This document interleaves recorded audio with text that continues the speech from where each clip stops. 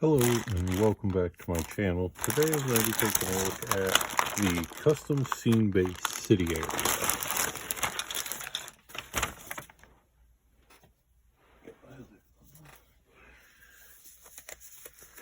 So I haven't built one of these scene bases yet, and I'm pretty excited about it, as I haven't got any of these really set up besides ones that I have built myself. So with these, you got your basic instructions here, and these look pretty simple to build. It is a 30-minute missions as far as I know. Doesn't really say it anywhere on here, but you can see the 30-minute mission models in the image there. But it should be fine and work well for Gundams as well. So this is everything inside of the kit. It's not as big of a kit as that it looks. You really need to get a couple of them to make it large. So let's take a look at what we got for the runners now. For our runners, we got one here with a piece already broken out. Cool. Less work. And so, I don't really care how this looks once it's together. It's just going to get a sandblasting and get turned into an actual city scene. I'll actually sit here and paint all of this at some point, and make it look legit. So we'll try doing that with a couple of them and see what we can end up with, and I'll keep you guys up to date on the progress. Now, this looks textured really well, but it is not as textured as you would think, but still looks decent. Yeah, and so these are the 3 runners in it, and then you could count this as a runner if you'd like, but it's just your actual base and then the connector piece to connect multiple bases. So we'll set that over there. This right here is the length of wire they send you for the telephone poles, which is kind of cool to have. All right, so I guess we'll start removing pieces from the runner here, and I will do a little bit of YouTube magic and be right back.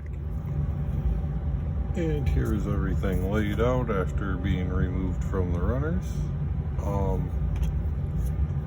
Little square building chunks. Each corner goes into each side. Looks pretty simple to put together overall. Yeah, so we'll get started on it and we'll see where we end up. So start at our first step, which would be to take this piece here.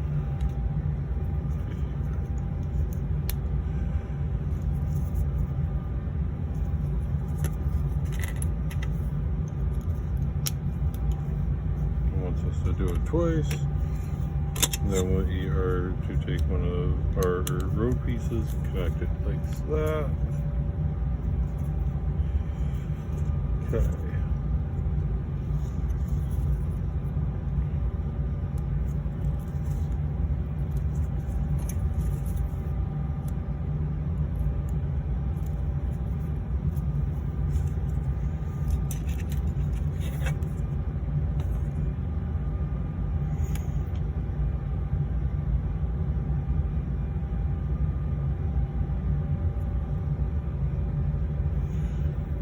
So you can also take these off like this, and you don't have those at all, but then it connects to the base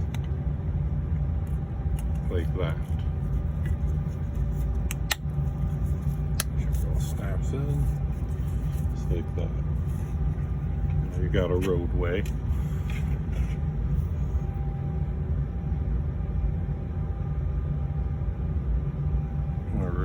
And now it wants us to take these pieces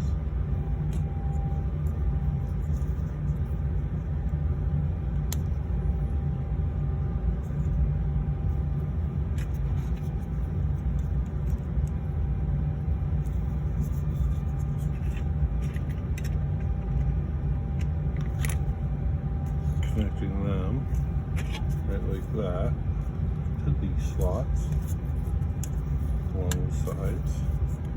Make sure they're in there, and now you have a 2-tier road. Okay, and then we should take our lamps and see how this thing comes. You do not have to put it together as it appears inside of the manual, because it is really meant for you to customize to however you need this thing to be snapped together. So if you needed one tier of highway, you can do that. So let me do that real quick. So like these are snapped it together really well. So we take this piece off right here.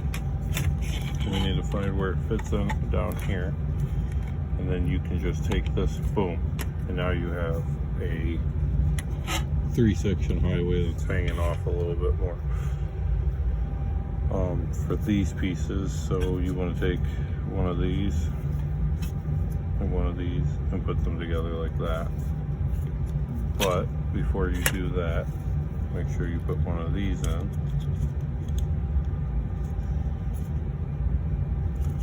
Like that.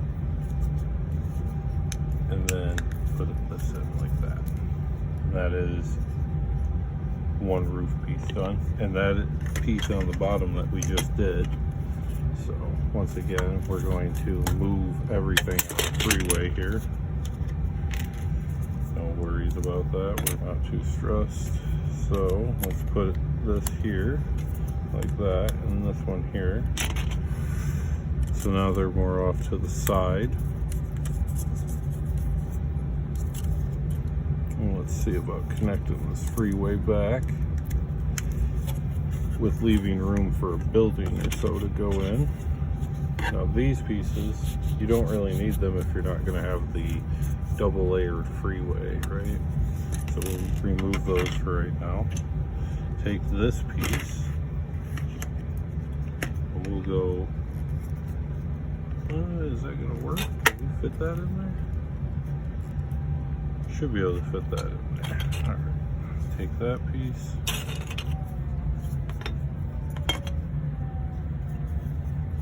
Looks like all of these were built with this in mind, but not all of them will get this piece because they only supply you with 2.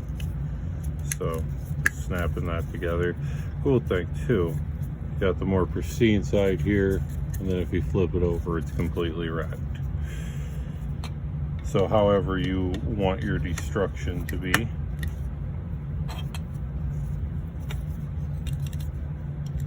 And then once again with these, you're just snapping them together.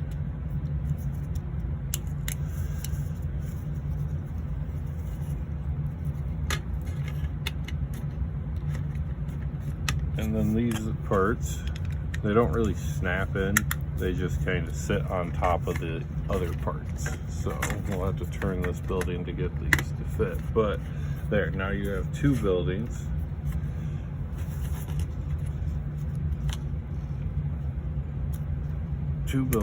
And these are our electrical poles. So for this, it wants us to feed these through these little slots here, and it wants us to cut it too, so it just kind of pulls through there and is held in there pretty tight, like I'm pulling on it right now. So with that, you just kind of want to put it where you want, figure out about the length that you want your wire to be. And you don't even need this wire, honestly, if you didn't want it and it was just kind of something extra, which it really is just something extra. I would say that plugging these into the base would be just fine. Now, things where Bandai went wrong on this, honestly, is that the price range of it's a little up there from what I see.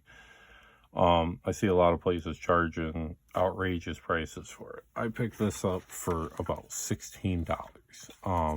And I got one for even cheaper at my local hobby store called Model Cave. I got it there for about like $13.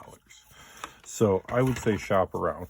You have these extra parts. They're not really extra. They're more for the 30-minute mission stuff. And then these pieces here, all these larger pieces, are for connecting different pieces, making the bridge shorter, larger, however you really want to do it.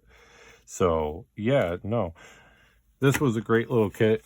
Unfortunately, you need 10 of them for it to make an actual scene, and the cost is really up there for that. So I would actually personally not recommend buying this. Save your money, go buy some pink foam, insulation foam from Home Depot. Look up some videos on YouTube on how to build like a diorama, and do that, because this, look how small this is. One hand. Let's see. I got a 30-minute missions kit right here. He's kind of in pieces right now. I was doing some stuff with him, but like, I don't know. He seems so large for this. Not even like giant robot large, like just ridiculously giant robot large.